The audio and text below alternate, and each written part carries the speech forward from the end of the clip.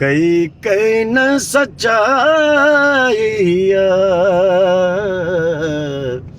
सजणन जो तगम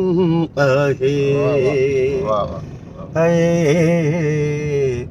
सजणन जो तगम आहे ॾई गैर के हथ हथ में साम्हूं था घुमन सुहिणा ॾई गैर के हथ हथ में साम्हूं था घुमन सुहिणा अॼु ताईं उन्हनि गैरनि ज़ख़्मन जो तगम आहे।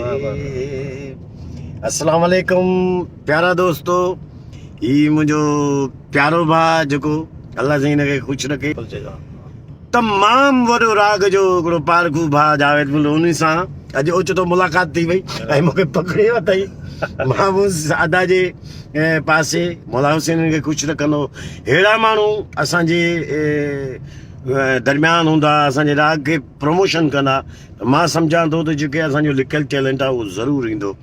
उन्हनि जे करे ज़रा वॾी महिरबानी अल्लाह साईं तव्हांखे सदाईं आबाद हुजे, सदाईं ख़ुशि हुजो, आबाद हुजो। असल में भा खादम असांजो पुराणो दोस्त रहियो आहे तक़रीबन अॼु खां 15 साल 10 साल अॻे भा अल्ताफ़ रिंद वीडियो ॿुधंदो हूंदो। अल्ताफ़ रिंद सां गॾु जॾहिं बि शूटिंग ते ईंदा हुया असांखे ख़बर न हुई त भा खादिम ही एक्टर आहे या हिनखे अल्लाह साईं जी तरफ़ां हिकु राग जी वॾी ॾात मिलियल आहे। जॾहिं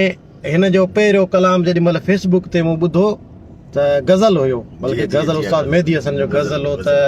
मूं हुनखे पंहिंजे पेज ते रखियो त माशाल्लाह पेज ते एतिरनि माण्हुनि हुनखे ॿुधो, एतिरनि माण्हुनि पसंदि कयो त सभई माण्हुनि मूंखे इनबॉक्स में लिखियो त भाउ खादिम जो नंबर मोकिलियो या साईं ॻाए थो या मथां ख़ाली लिपसिंग थो करे कंहिं ॿिए फनकार जे मथां। पर अॼु इहो वीडियो मूं लाइव भरे तव्हांजे लाइ इन जे लाइ रखियो आहे त दोस्तनि खे या ख़बर पए त इहा एक्टिंग न आहे या सची बची हिकिड़ो दर्द आहे, इहा हक़ीक़त आहे। इहो माण्हू चवंदा हुआ डबिंग कई अथसि, डबिंग न आहे। हिकिड़ो जावेद भाई हिकिड़ो गुलाम अली साहब जो हिकिड़ो शेर तव्हांखे उनजो गज़ल आहे हिकिड़ो।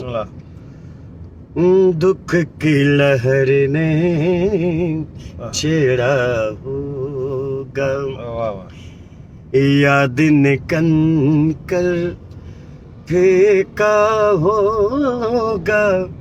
दुख की लहर ने छेड़ा होगा नासिर तेरा मीत पुराना नासिर तेरा मीत पुराना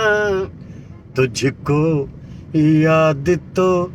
आता होगा दुख की लहर ने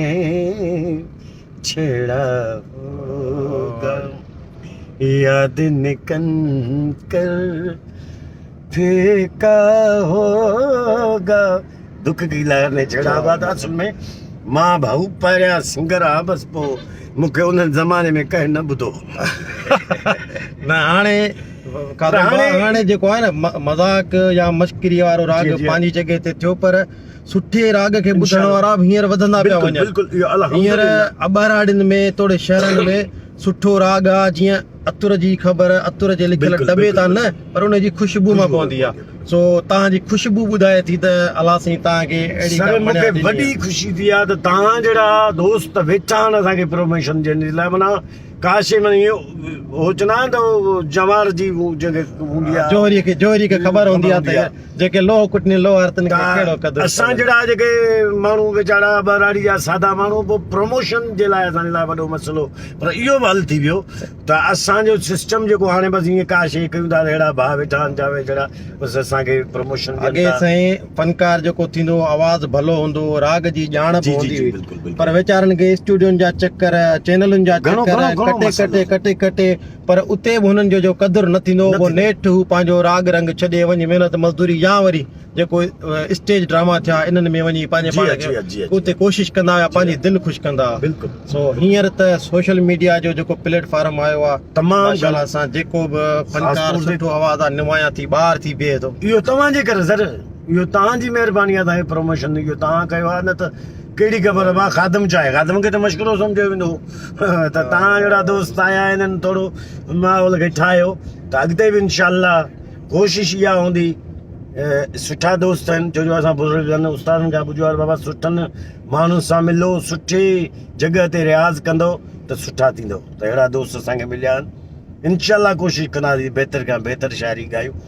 ऐं अहिड़ा माण्हू असांखे ॿुधंदा त असांखे ख़ुशी थींदी महिरबानी सदाईं आबाद अचो त दोस्तो असां बाज़ोक पेज तां तव्हां दोस्तनि सां मुखातिब हुआसीं भाऊ ख़ादिम हिते नवाब शाह में आयल आहे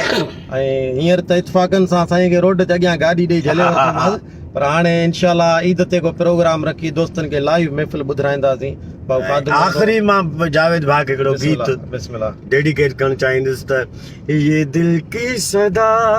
है ये मेरी दुआ है तेरी जिंदगी में कभी गम न आए तेरी जिंदगी में कभी गम न आए तू मेरी नजर से जुदा एक पल हो मेरी जिंदगी में वो पल ही न